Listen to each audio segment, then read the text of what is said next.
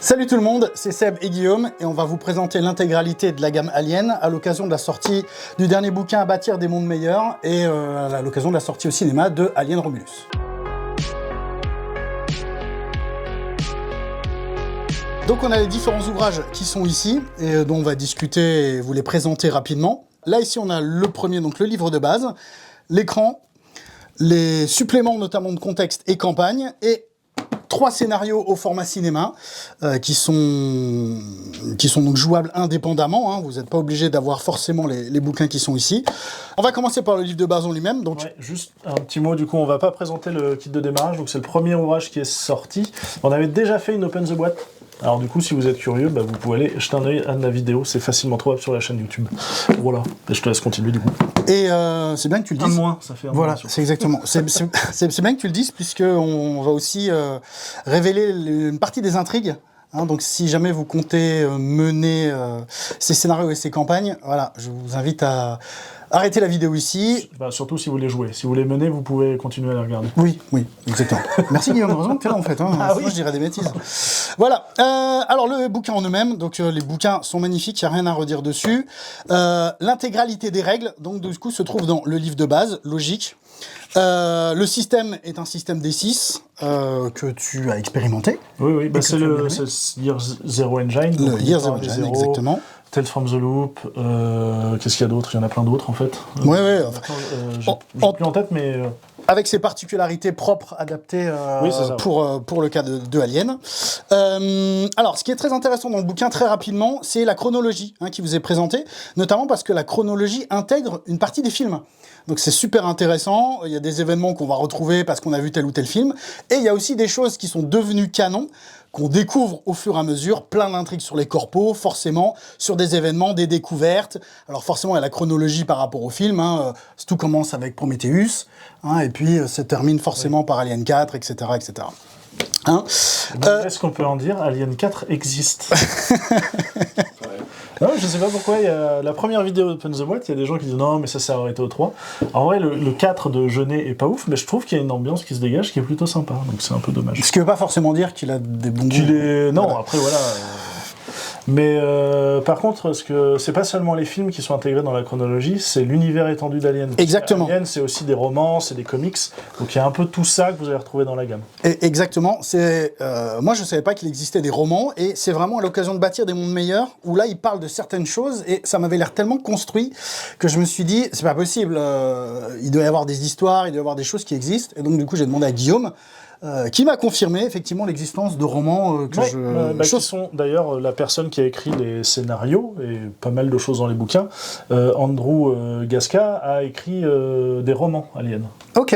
Donc c'est un mec qui connaît bien l'univers et c'est pour ça je pense que ça se ressent dans toute la gamme en réalité. Alors clairement, puisque du coup les événements qui sont là sont canons, on peut clairement le dire que c'est officiel. Donc le bouquin de base, donc lui vous permet vraiment de créer vos personnages, de comprendre bien la mécanique, de maîtriser toutes les spécificités propres à la mécanique, notamment le truc le plus intéressant qui est clairement la gestion du stress, qui est vraiment une mécanique excellente, qui montre la tension, etc. que vous avez. Et ça c'est vraiment top. Possibilité de jouer plein de types de personnages, que ce soit des pilotes, des prolos, des marines, forcément, des gens qui ont envie d'explorer des contrées, etc. Puisque ça va être un des sujets principaux de bâtir des mondes meilleurs, qui va être l'exploration. Vous allez vous barrer de la Terre et vous dire, tiens, en fait, ça a l'air super bien, les mondes que nous proposent ces grandes corporations, qui sont tout à fait dignes de confiance, bien évidemment, et aller explorer un caillou glacé, et aller faire sa petite vie, aller planter les carottes, si ça pousse, tant bien que mal. Voilà. Alors, Colonial Marines, forcément, on va parler des Marines coloniaux qui sont vraiment une spécificité de classe dans Alien, mais il y a aussi toute une organisation autour des Marines coloniaux, forcément avec l'USCMC qui sont les Marines coloniaux des Amériques Unies, la U, opposé à l'UPP, l'Union populaire de je sais plus quoi, j'ai oublié, l'Union populaire des progressistes. UPP. Donc on ressent le côté des années 80, tu sais, avec le communisme et tout ça. Oui. Voilà, c'est toujours ces relents de guerre froide qui restent. Alors, c'est très fourni, il y a à l'intérieur beaucoup de choses, notamment en termes de structure et d'organisation de toute cette organisation, et il y a aussi plein d'intérêts différents, notamment des projets, des projets de complot. Comme au téléachat, faites pas attention. Il n'y a pas de souci. Et je ne sais pas aussi vieux que Père Bernard, je pense. Et notamment le fameux projet donc, que tout le monde connaît, qui est le fameux projet Force Vive, qui est appelé ainsi, puisque c'est le projet qu'a l'USCMC de créer une arme parfaite, donc qui est le développement des xénomorphes et la maîtrise génétique de ces créatures pour les utiliser comme armes de destruction. On voit pas souvent ça alors justement, ça c'est très marrant que tu trouves sur ce site, parce que ça c'est aussi un des projets qui s'appelle Berserker, qui consiste à une exo-armure qui est en train de développer l'USCMC. Voilà, donc bientôt, c'est fini le robot de chantier comme dans Alien 2. Et là du coup le projet Force. Et le fameux projet Force Vive, donc qui est impliqué dedans, comment ça se développe, etc. Et donc il y a le programme opposé, donc qui est celui de l'UPP, qui est Astre Noir, qui est le projet concurrent de l'UPP. Forcément, il y a plein d'intermédiaires dedans, il y a plein d'intérêts. Vous avez aussi une bonne vision des guerres, puisqu'il y a un côté géopolitique, avec les différents territoires, etc., qui sont opposés, où en est la situation par rapport au combat à la frontière et dans les différents systèmes. Voilà. T'as mis un petit post-it. J'ai mis un petit post-it. Vas-y, passe là. Alors, il n'y a pas énormément d'illustrations, je suis en train de me dire, parce que là, je viens un peu de galérer à chercher des élus. Ouais, il y a quelques personnages qui sont représentés, mais il y a toujours, on retrouve toujours le côté des plans typiques de la gamme et tout. Si sur fond noir, c'est toujours très aéré. Pour le coup, c'est assez agréable à lire. Même si sur fond noir, les textes en blanc sur fond noir, c'est toujours un peu relou, mais ça va. C'est quand même, je trouve toute la gamme est quand même bien foutue. Oui, et puis c'est pas trop brillant non plus. Ouais, ça va. Alors, dans Colonial Marines, il y a une campagne que vous pouvez faire en 6 parties. J'ai pris le petit truc possible. Pourquoi ? Parce que tout est basé sur ce qu'ils appellent, eux, le métapuzzle. Le métapuzzle, c'est tous les secrets que les personnes qui vont jouer avec vous vont devoir trouver pour arriver à la conclusion. D'accord ? Puisque l'avantage, c'est que vous n'êtes pas obligé de les faire dans l'ordre. Ça, c'est plutôt chouette. Vous pouvez un petit peu faire comme vous voulez, etc. L'important, c'est la conclusion. Et là, ici, j'avais prévenu comme quoi on allait dévoiler, voilà tout. Là, ici, donc, on parle du fameux projet Force Vive. D'accord ? Comment est-ce que les Marines coloniaux, parce que c'est ce que vous êtes, ce que vous allez jouer, vont découvrir ce projet au fur et à mesure, vont découvrir l'horreur de ce truc, quand est-ce que ça a été utilisé, etc. Également, l'intervention de l'UPP pour essayer de contrer ce projet, que l'UPP a eux aussi un projet, et à la fin, donc, vous arrivez sur un coup d'État qui est tenté par un des généraux, qui s'appelle le général Vaughn, qui va tenter de renverser l'USCMC et de prendre le contrôle de cette organisation pour faire aboutir enfin le projet Force Vive, parce que forcément, ce projet, tout le monde est au courant, mais en fait, dans pas tellement de gens. Et du coup, là, toute la fin du bouquin, là, c'est quasiment la moitié, c'est que les scénarios, que les campagnes, donc les différents intervenants, les différents lieux, puisque vous allez bouger, en soi, dans les différents systèmes. Il y en a où ça va forcément péter, il y a des endroits où c'est un peu plus l'ambiance, un peu plus labo, etc. Exactement. Surtout, les élus sont toujours super chouettes. Je trouve que là-dessus, il y a un super boulot. Les différents personnages, tout est détaillé, les plans dans lesquels vous allez, etc., etc. Il y a de la table aussi pour certaines oppositions. Et vous avez tout un catalogue aussi là-dedans. Alors celui-là, je pense qu'il est plus dans la partie, puisque les bouquins sont séparés entre la section maman, donc pour réserver au MJ, et la section joueur, où là, n'importe qui peut regarder dedans. Alors là, oui, je vous parlais du matos, donc vous avez tous les avions, tous les modèles, etc., avec leurs caractéristiques. Il y a même une table pour dire, votre petit moment de temps libre, là, quand vous n'êtes pas au taf, vous allez faire quoi ? Et vous avez la possibilité de développer des choses et des intrigues, etc., etc. Voilà. Donc là, c'est pour Marines coloniaux.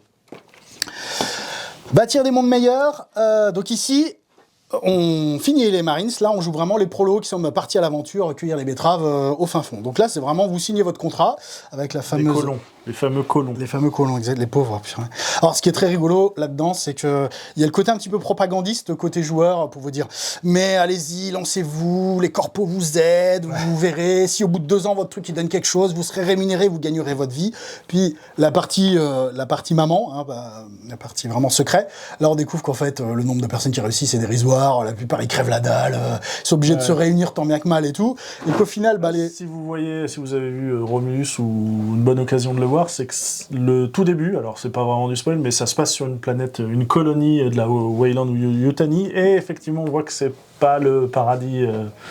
C'est un peu l'esclavagiste moderne. Ah ouais, non mais c'est terrible, hein. Enfin, les gens qui crèvent. Alors, c'est très rigolo parce qu'ils parlent aussi de la façon dont ils viennent vous secourir. Parce qu'il y a sur votre contrat, ils vous expliquent comme quoi ils peuvent venir vous secourir.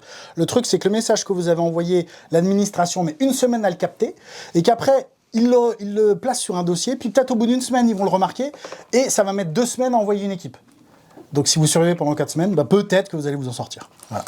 Donc ça donne vraiment envie de partir dans l'espace à aller cueillir des betteraves sur un caillou. Hein. C'est un truc avec les betteraves par contre, j'ai l'impression. Ouais, le pire c'est que j'aime pas particulièrement ça, donc voilà. C'est peut-être le côté Alsace, tu sais, on aime beaucoup la betterave ici. Hein. Ok, alors j'ai mis les petits post-it ici directement pour arriver à l'essentiel, puisque là c'est vraiment un cadre de camp. Les illus pleine page par contre, elles sont vraiment cool. Hein. Non mais c'est clair. Enfin, moi je les trouve superbes, ça claque. Tu voulais encore montrer d'autres trucs ? Du coup, profitez de toutes les Allez, donc là on va me présenter une petite pause sur les différents systèmes et colonies, où là vous avez toute une quantité de planètes à explorer, avec leurs petits détails, leurs caractéristiques, à quel point elles sont hostiles, et à quel point, j'en reviens, mais cultiver de la betterave c'est compliqué ici. Voilà, éventuellement les dangers, les créatures extraterrestres, etc. Qu'on peut y rencontrer. Voilà. C'est le même découpage que Marine Colonie, du coup, c'est du contexte, et ensuite on passe sur les secrets. Et exactement, il y a toujours la section maman, avec la section... Bon, forcément là, cette section, étant donné que c'est vraiment de l'exploration, il y a peu pour le joueur, hein, c'est quand même beaucoup plus réservé à maman. Hein. Donc là, vraiment, il y en a plein. Hein. C'est toujours un peu bizarre de dire ça. Oui, Mother, oui, en anglais, j'ai bien compris. Ça, c'est le côté super cool de ce bouquin.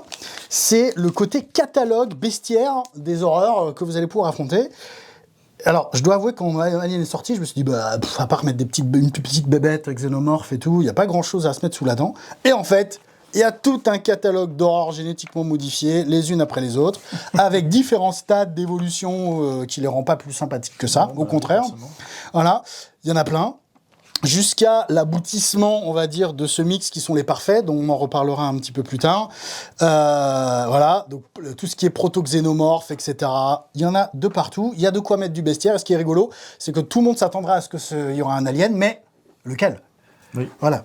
Lequel ? Sachant qu'il y a des vraies saloperies, avec différents stades encore, hein, c'est ça qui est assez rigolo, il y a vraiment plein de choses. Donc il y a vraiment une belle cosmologie d'horreur génétiquement modifiée à mettre en scène. Ça, c'est vraiment super chouette. Ensuite, c'est une campagne, comme je l'ai dit, d'exploration. Je t'ai indiqué métapuzzle. C'est exactement ça. Donc c'est parce qu'en fait, c'est sur la page d'après qu'il est, tu vois. Oui. En fait, pour pas... Et c'est là qu'est le métapuzzle. Ouais, donc c'était vraiment pour le montrer.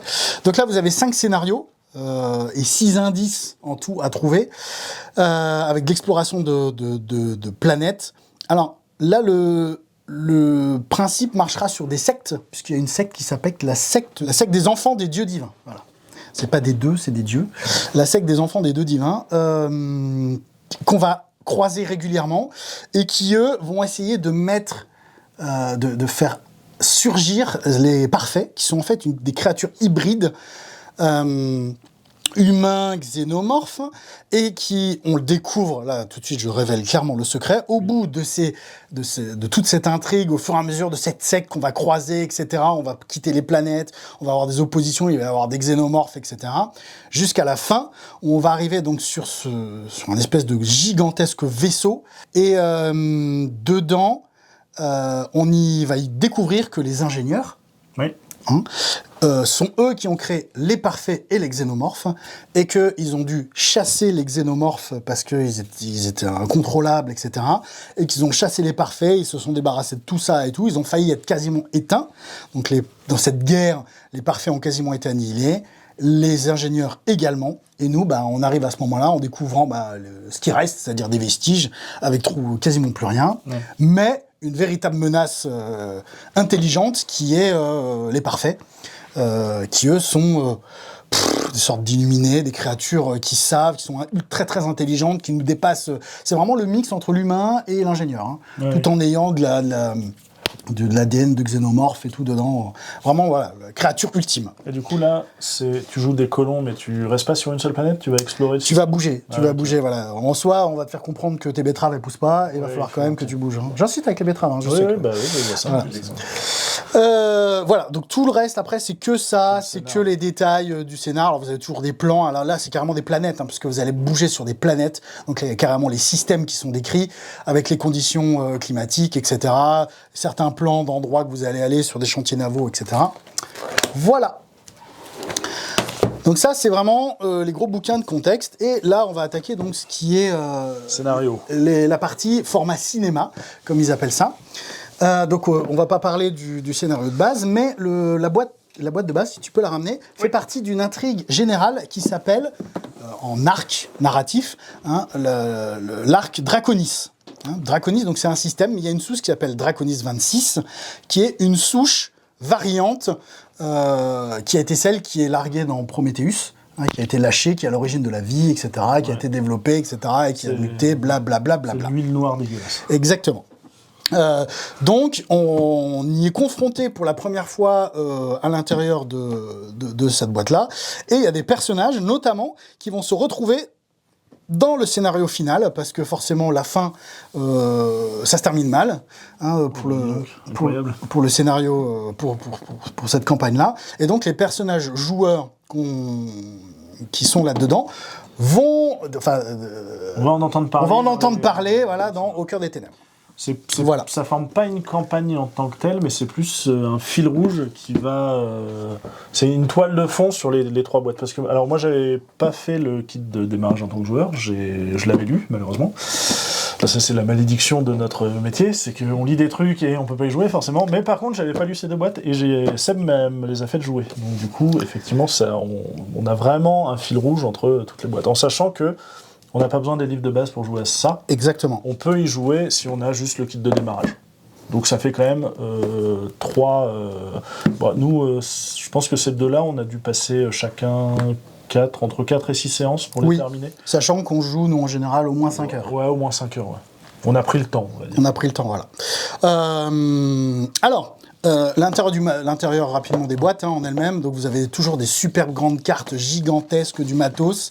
Voilà. Là ici forcément ça va se passer sur une ville, donc vous avez vraiment le plan intégral de la ville, recto verso, hein, avec la base principale dans laquelle vous allez aller.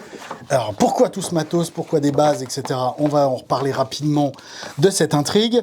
Rapidement j'ouvre la boîte, hop, avec des petites cartes que toi tu aimais bien, hein, tu sais très bien qu'est-ce que c'est. Parce qu'il y a tous ont le format, il y a des personnages prétirés, mais chaque personnage prétiré a son background, mais il y a aussi des objectifs personnels qui vont lui être distribués au fur et à mesure des chapitres du scénario quand on va avancer. Ce qui fait que au début, alors moi je jouais un perso qui... Tu jouais qui toi? Tu jouais Dante, hein? Mason. Mason, elle a eu une expérience sur une station où il y a une créature c'est la seule survivante d'une station spatiale où il y a une sorte de créature bizarre qui a buté tout le monde, et je me retrouve sur cette planète à devoir faire une mission, mais mon premier objectif par exemple, ce qui permet mécaniquement de gagner un avantage pour la suite des scénarios, et c'est le joueur qui gagne en plus cet avantage, donc je peux garder cet avantage pour d'autres scénarios que je vais faire. Là c'était, je dois jamais être seul. Parce que mon perso était un peu échaudé par une certaine créature, et du coup il refuse maintenant d'être seul. Mais ces trucs vont évoluer en fonction, acte 1, acte 2, acte 3. Voilà, donc c'est des cartes, je me permets, objectifs personnels, d'accord. Et vous avez donc aux différents actes qui sont bien séparés, hein, à l'intérieur du bouquin en lui-même, hein, avec ces différents passages, à chaque fois, niveau 1, etc., niveau 2, niveau 3, et vous donnez l'objectif 1, l'objectif 2 et l'objectif 3, qui va forcément aller vers... La situation devient de plus en plus pourrie, on va pas se mentir, hein, chaque personnage est est blessé, ils ont eu tous une histoire compliquée, etc., et ça va de pire en pire, parce qu'on révèle aussi des choses sur le personnage en lui-même. Moi, celui que j'ai adoré, personnellement, c'est l'une qui a eu une intervention sur sa colonne vertébrale, et du coup, elle a des problèmes de dos, donc elle a mal au dos, mal au ventre, etc. Et en fait, non, elle a un xéno dans le bide. Mais voilà. Mais officiellement, elle a une intervention chirurgicale qui rend la chose compliquée. Donc, généralement, on lui rappelle, t'as un peu mal au dos, t'as un peu mal au truc. Du coup, ça veut pas dire que c'est, tu vois, il y a un jeu c'est tous des traîtres. mais ça veut dire que chacun a ses petits secrets. Donc, ce qui crée à la table en plus une ambiance à certains moments. Il y a des gens qui vont faire quelque chose, on se dit mais pourquoi il va faire ça, c'est bizarre, alors qu'en fait il fait pas forcément quelque chose contre les autres joueurs, enfin contre les autres personnages, mais juste parce que lui il doit faire un truc spécifique. Alors effectivement ça peut être des trucs personnels, ça peut être des missions parce qu'il est membre un peu plus dans cette boîte là où on va jouer des scientifiques de la Wayland. On va en parler, mais ça rend l'ambiance un peu plus tendue aussi à table, en plus de tout ce qui se passe. Voilà, donc il y a bien une hiérarchie, ça c'est vraiment très très cool dans celui-là, et qui vraiment donne un ton complètement différent. C'est que vous avez des grades, et les grades sont respectés. D'accord, donc ça crée encore plus de tension, à quel point tu es soumis aux grades, etc. Tu parlais de traite, tiens, regarde, j'ai pris un Android. Tu vois. Personne ne dit de confiance. Les Android ne sont pas tous des traites. C'est vrai, c'est pas tous des traites. En tout cas, le jeu fait bien en sorte qu'il y ait de l'ambiguïté, là-dessus. Et puis ce qui est cool, c'est que en ayant fait les deux scénarios, les personnages, là, on se rend compte qu'on est des Marines, hein, parce que là, on est blindés d'armes, on est des grosses brutes. Les caracs. Les caracs vont aussi. On a beaucoup plus de dés à lancer que dans cette boîte-là où il y a un personnage, c'est un soixantenaire qui, faut pas lui demander de courir dans tous les sens, quoi. Donc là, ici, vous êtes largué sur un caillou pour une mission, et rapidement sur ce caillou, ça part en latte, surtout que c'est une planète pétrolière, donc inutile de vous dire que ça explose souvent là-dedans et que ça s'enflamme très vite, jusqu'à qu'on vous envoie rechercher des insurgés, des traîtres, qui se sont... voilà.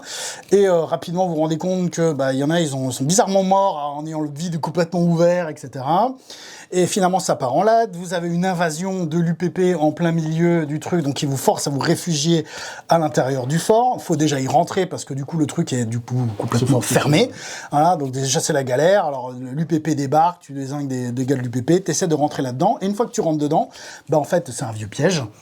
Puisque le seul moyen c'est ça, c'est le seul moyen de partir, c'est un ascenseur gravitationnel qui vous amène sur la lune voisine. Donc c'est une espèce de un grand câble qui part de cette planète et qui va sur la lune voisine. Et forcément, il se trouve la zone d'accès se trouve au 3e sous-sol de cette forteresse. Et donc, il faut descendre les différents niveaux. Et là, on découvre que, forcément, il y a des xénomorphes qui se trimballent là-dedans. Et là, c'est vraiment l'horreur, la survie, etc. Généralement, les gens, en plus, ils arrivent à leur objectif 3, c'est-à-dire qu'ils commencent à péter bien des câbles. Il commence à se passer des trucs bizarres. Il y a aussi une intelligence artificielle qui essaie de prendre le contrôle de l'android.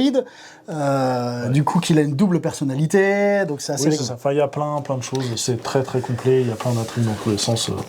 Et on a bien rigolé. On a bien kiffé, et on a eu des morts. Oui, des sacrifices même. C'est une façon gentille de dire. Non, c'est vrai. Changement d'ambiance avec Au cœur des ténèbres, donc là pareil, même qualité de matériel. Donc là... c'est toujours en plus le même feuille de perso pré-tirée, carte. T'as le scénar. Carte, je veux dire, grande carte. Là, ça se passe sur une station scientifique proche d'un trou noir. Exactement. D'où le nom de Cœur des Ténèbres. Vous avez ce trou noir là et cette station qui se trouve à proximité. Alors là, parce qu'il y a un peu plus d'aides de jeu là, parce qu'il y a des petites choses à donner. On va pas rentrer dans le détail non plus, mais c'est le même format avec plein d'aides de jeu à distribuer suivant ce qu'on trouve. Nous, on a trouvé pas mal de trucs. Et puis toujours les cartes d'objectifs et les armes, on n'a pas trouvé ça, nous, un petit lance-flamme. Un petit lance-flamme, on l'a pas trouvé. Non, mais vous avez fui, c'est pour ça. Non. Mais là, c'est changement d'optique parce on joue vraiment des scientifiques. Voilà. Donc là, c'est vraiment, comme il le dit, là, on joue ou des envoyés de corpo, des scientifiques, il y a une pilote. Je crois qu'il y a quand même une responsable de la sécurité dedans. Oui, c'est ça. Ouais. En gros... Les caracs sont radicalement plus les mêmes. C'était la première remarque que Guillaume a dit quand il avait les caracs. Il a fait « Ah oui, d'accord, effectivement, ça change. » Par contre, là maintenant, on va aller chercher de l'explorer à travers donc, cette base, comprendre ce qui se passe, comprendre des éléments, etc. Donc là, on est envoyé par une corpo pour aller étudier ce phénomène étrange à côté de ce trou noir. Forcément, la situation du trou noir n'est absolument pas anodine. Ça fait que du coup, l'UPP peut pas les remarquer, etc. Bon, bref, je vais pas aller dans les détails avec les histoires de détection. Tout est bien expliqué à l'intérieur. Ouais. Mais au moment de leur arrivée sur la station, donc tout est vraiment détaillé. C'est vraiment les labos et tout. Rien n'est à inventer. Il y a juste à dire et tout. Plus, en jeu, c'est assez pratique parce que comme on va pas mal voyager se balader dans la station, c'est vrai qu'on s'y réfère souvent. pour dire où on va, où on est. Ou chercher les endroits. Parce que des fois, se dire, ah bah tiens, on va aller au labo, et puis en plus, c'est super dangereux, on espère qu'il est à côté. Ben non, il est 2 niveaux plus loin. Ça. Bah, il va falloir ça permet de voir aussi les petits bip-bip de trucs pas cool de temps en temps aussi. Donc, Exactement. Là, ici, donc, à l'arrivée, quand ils arrivent, donc, ça se passe mal, puisqu'il y a un bombardement de météorites. Qui arrive au moment de la station, ce qui fait que du coup, ils peinent à s'arrimer, ils sont obligés de faire une sortie dans l'espace, etc. Et cet événement n'est pas anodin, vu qu'il va se passer un effet un peu de, on peut dire, de pense-permis, puisque ces météores contiennent des résidus des parfaits, d'accord, qui vont du coup gangréner la station. C'est comme des spores qui vont envahir la station petit à petit. Et alors qu'eux, ils sont tranquillement, d'un seul coup, ils commencent à avoir des petites bébêtes du style un peu chelou, type pieuvre comme ça, qui se promènent. Il y a des pannes d'électricité qui arrivent régulièrement, donc ils comprennent pas. Et puis quand ils regardent derrière les ports des machins, il y a carrément quelque chose de quasiment vivant. Des membranes, etc., quasiment des choses vivantes qui sont derrière les parois, jusqu'à ce que finalement on se rende compte que l'intégralité de la station est en train de devenir méca-organique. Du coup, ils essaient de se casser. Le problème, c'est que c'est pas facile, vu qu'avec l'effet de trou noir, il n'y a pas de transmission qui est possible. Difficile aussi de fuir, puisqu'il y a l'effet gravitationnel. Et donc, ils essaient de s'en sortir tant bien que mal. Et on déroule l'intrigue aussi. Exactement. Et justement le fil rouge avec la boîte de base, puisqu'on va retomber sur une capsule de sauvetage qui vient du vaisseau du Cronus. Du Cronus, qui est le vaisseau, le lieu où va se dérouler le premier scénario du kit de démarrage. Et cette capsule de sauvetage, elle est gardée dans un hangar dans la station, et c'est elle qui est le cœur. Donc c'est un vrai cœur qui pulse, et dans lesquels il y a des espèces de veines mécanico-organiques qui se diffusent dans tout le hangar et qui montent à l'intérieur du vaisseau, etc. Et donc, c'est vraiment les artères principales du vaisseau. Et là, on est vraiment dans l'horreur. Je vous rappelle, vous êtes allés dans le cœur et tout, ils ont vu ce que c'était, avec vraiment les effets de souffle, les membranes dégueulasses qui s'ouvrent, etc. Ça, c'était assez trash. Et après, les intérêts, forcément, puisque l'UPP est quand même là, donc finalement ils vont découvrir la station, il va y avoir des Marines qui vont débarquer, etc. Ça va être le bordel, ils vont vouloir essayer de s'en sortir. Et finalement ça s'est fini avec... puisqu'il y a des traîtres parmi eux, il y a peu de survivants, c'était chouette. Et l'ambiance surtout est vraiment radicalement différente des autres. Il y a 3 ambiances très différentes et ils sont tous très chouettes. Les scénarios sont vraiment, vraiment, vraiment bien. La petite gamme Alien. Alors ça, c'est quand même une belle gamme. Si vous êtes fan ou pas d'ailleurs, si vous aimez l'horreur un peu claustrophobique. En fait, ce qui est cool, c'est que tu retrouves toutes les ambiances des films d'Alien. Moi, j'aurais tendance à dire... Alors, des fois, le système de jeu est un peu frustrant. Ça, on en a pas mal discuté pendant qu'on jouait. Surtout sur Colonial Marines, où pour réussir un test, il faut faire un 6. Au moins 1. Et de temps en temps, quand tu jettes 20 D6 et que tu fais pas une seule réussite, c'est un peu frustrant. Alors, il y a des mécaniques pour relancer, mais quand tu relances avec tes dés de stress en plus, du coup, tu as plus de dés, normalement plus de chances de réussir, même si tu peux avoir des contre-coups, et que tu échoues une deuxième fois, ça fout un peu les boules. Mais ça, c'est un peu le défaut, entre guillemets, du Years of Engine, c'est que si tu n'as pas de bol au dé, ça peut très vite te pourrir la partie. Après, c'est un peu comme tous les systèmes de jeu aussi, mais voilà, là-dessus, on a bien senti de temps en temps la frustration, surtout que c'est un jeu qui est mortel, sans être trop mortel non plus. Mais sinon, très cool. Enfin, nous, on a vraiment kiffé les 2 ambiances-là. Les 2 scénarios cinématiques sont très très bien. La campagne, du coup, moi, je les ai pas lus, mais... C'est très dense, il y a beaucoup de choses, il y a beaucoup d'éléments, et il y a vraiment largement de quoi faire. Moi, j'ai été assez surpris de la densité, moi qui me basais sur 3 films, etc., me disant, en fait, il n'y a pas... Tu rajoutes même pas Covenant et Prometheus. T'as encore plus... et t'as pas parlé du 4, tu vois, c'est fou ça. Même toi, t'as dit 3 films. Incroyable. Moi, alors, effectivement, les 3 premiers sont bien meilleurs que les autres, mais je continue à dire que celui de Jeunet est sympa quand même. On est plus presque sur un slasher. Alors, Coupé. Je vais pas commencer à... Oui, je vais pas commencer à parler voilà, mais... bon. En tout cas, très bonne surprise. J'aimerais tellement qu'ils continuent la qualité de ce qu'ils ont sorti. Il y a une deuxième édition qui est en train de... qui va arriver en anglais, donc voilà, en français. De nouveaux scénarios, de la même qualité, vraiment excellent. Là, en termes de contenu, il y a de quoi faire largement du Alien jusqu'à pas d'heure. Que vous soyez en mode Colonial Marines ou en mode plus colon... colon à jeter. Voilà, cultiver des betteraves. Ouais, voilà. Colon jetable, parce que c'est vraiment ça. Puis comme d'habitude, dans l'espace, personne... On vous entendra crier. Bon, on a quand même un peu crié de temps en temps, mais...